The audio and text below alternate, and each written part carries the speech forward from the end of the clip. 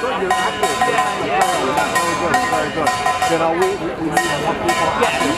More. Today is more.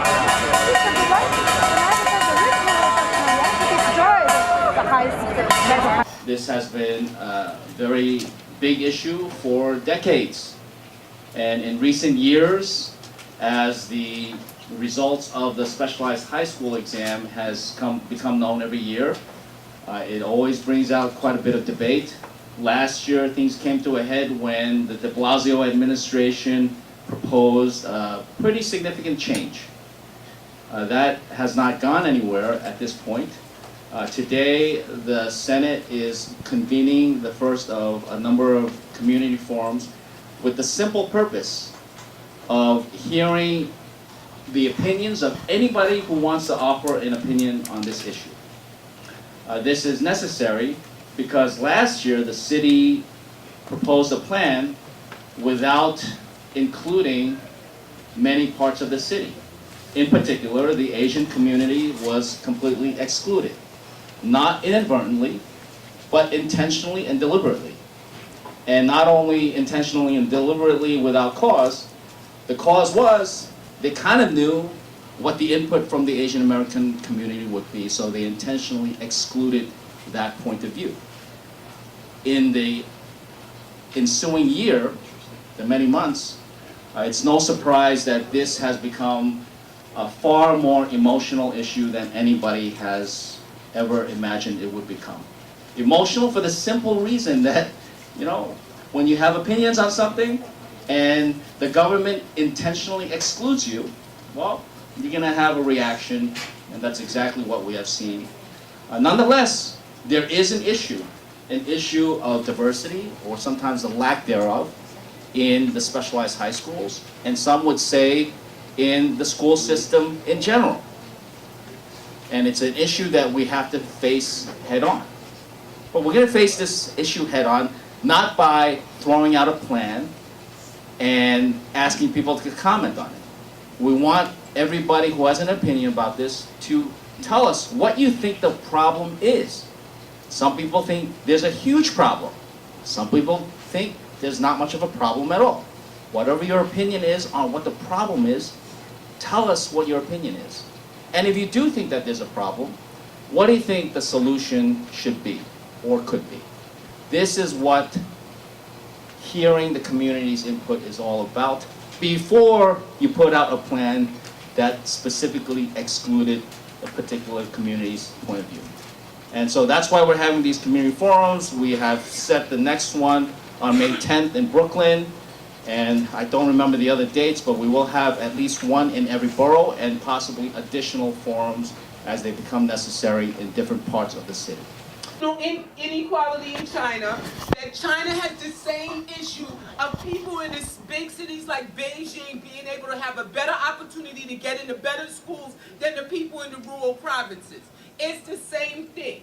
The bottom line is this.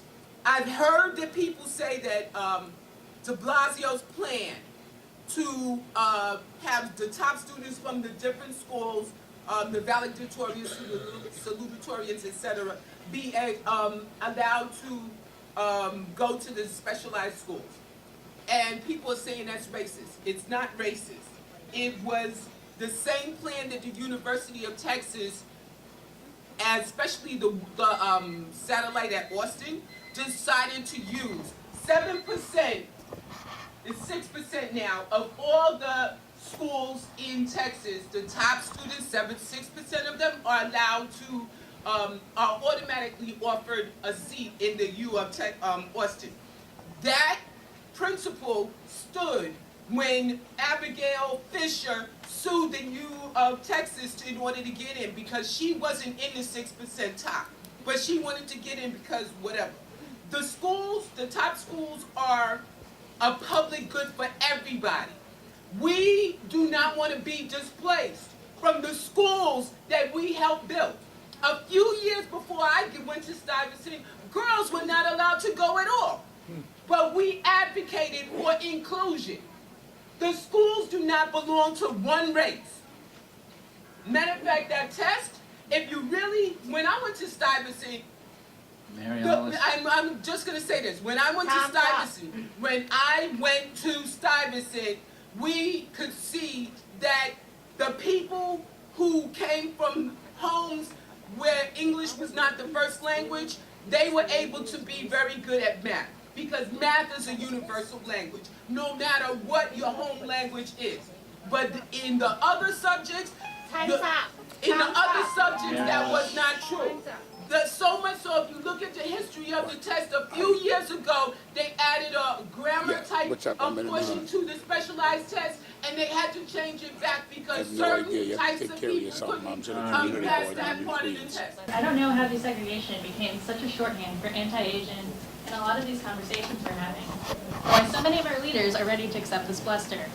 The groups I see advocating from this perspective do not take into consideration the circumstances of Indo-Caribbean Asians like myself and the vast diversity of Asian students in New York.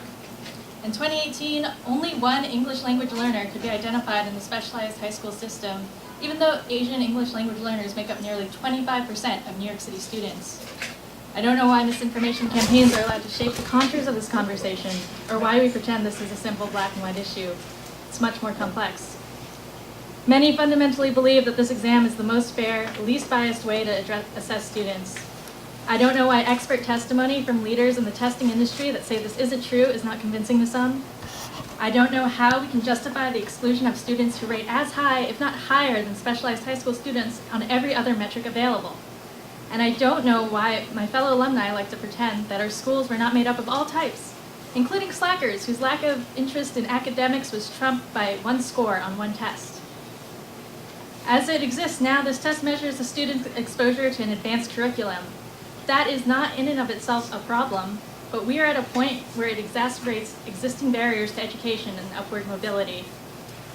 Many of you are right to say that K-8 needs to be overhauled, but that doesn't mean that issues of segregation will end at the high school level. I've heard this a lot today. I've heard a lot of attitudes that indicate we all need more rigorous education of interlocking and cyclical. We need more education on the interlocking and cyclical nature of the barriers facing all students of color today. The popular arguments about race-blind policies, lowering standards in schools, and underprepared or lazy Black and Latino students have been recycled for generations in America since integration. They've proven untrue time and time again. I know that when you hear my arguments, they may be unconvincing to you, as some of yours are to me. But I sincerely hope that we can move past the rhetoric and educate ourselves about the complex racial dynamics at play. Otherwise, we're just stuck in the gridlock. Thank you. University. I'm here to make just some very simple suggestions, which is make the test prep mandatory. If you can make physical education mandatory, make the test prep mandatory in the fall of your 8th grade year, slide the test to 8th grade, and that way everybody must be made to prepare for the test. Actually, I think the test is too simple. English and math, no. Life is many more subjects. You need to add a science component, you need to add a history or social studies component, and you should be able to write an essay by the time you're an 8th grader.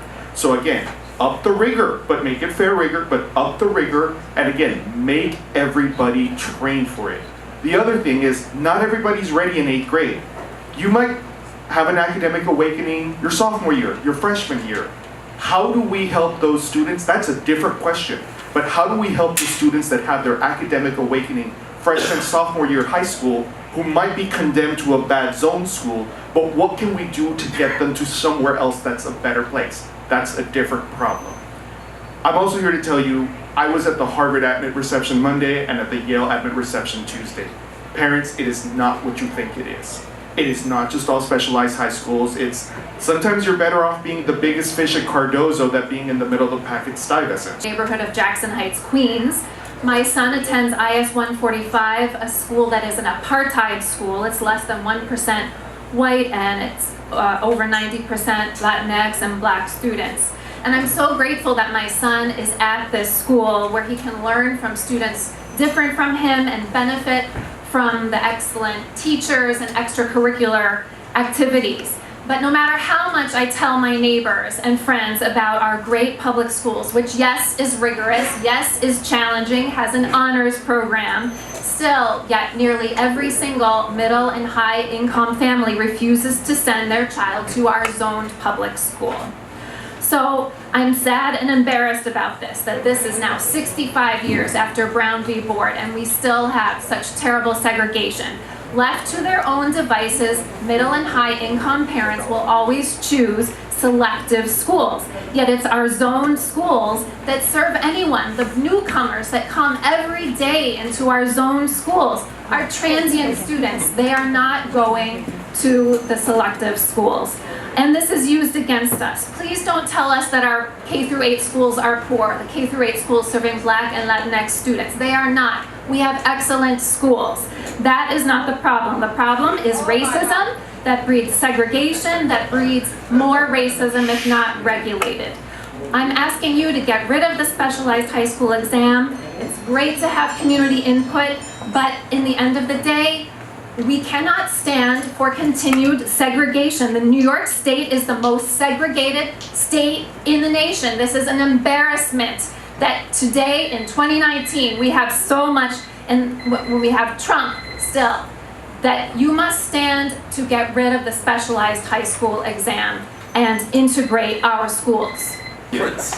I'm an admissions coordinator at a top-ranked high school that offers all students the opportunity in 4 years not only to earn a high school degree, but an associate's degree as well. And this is our second year prioritizing 63% of our seats to students from low-income backgrounds. Many people have admitted today that they understand that there is a systematic problem. For example, besides moving towards reflecting the actual demographics, our admissions priority at our school begins to address a large systematic inequality. Only 9% of low-income students will receive a college degree by 24. This is a grave and dismaying statistic, and so is the admissions results at specialized high schools. Being blind to the statistics, being blind or refusing to name who is actually being affected and underserved on the daily, Black and Latinx students, students with disabilities, primarily poor students, is not enough. A lot of people have diverted the conversation to the need for more GMT programs and better K-8 programs. I hear this as wait. We cannot wait anymore. Equality and access to the SHSAT exam does not do anything to address the lack of systematic inequalities. Systematic inequalities we all know exist. I've also heard people in this room claim that they're not racist, and I'd like you all to take that a step further and practice anti-racism. Dear Senator Liu and fellow New Yorkers, my name is Dulce Marquez. Maybe you would be able to pronounce my name if you attended an integrated school because my name is pretty common Spanish word. I had to. I'm also a leader at Teen State Church, a New York City public school graduate too. I wanted to ask all of you, why is it that if elite colleges can recognize that one test alone does not define a student's success in college, why is it that our specialized high schools admit their students only through one test? You can fail your middle school classes, but if you score high enough, you can still walk through the halls of Stuyvesant. No, segregation, my friends, is not a thing of the past.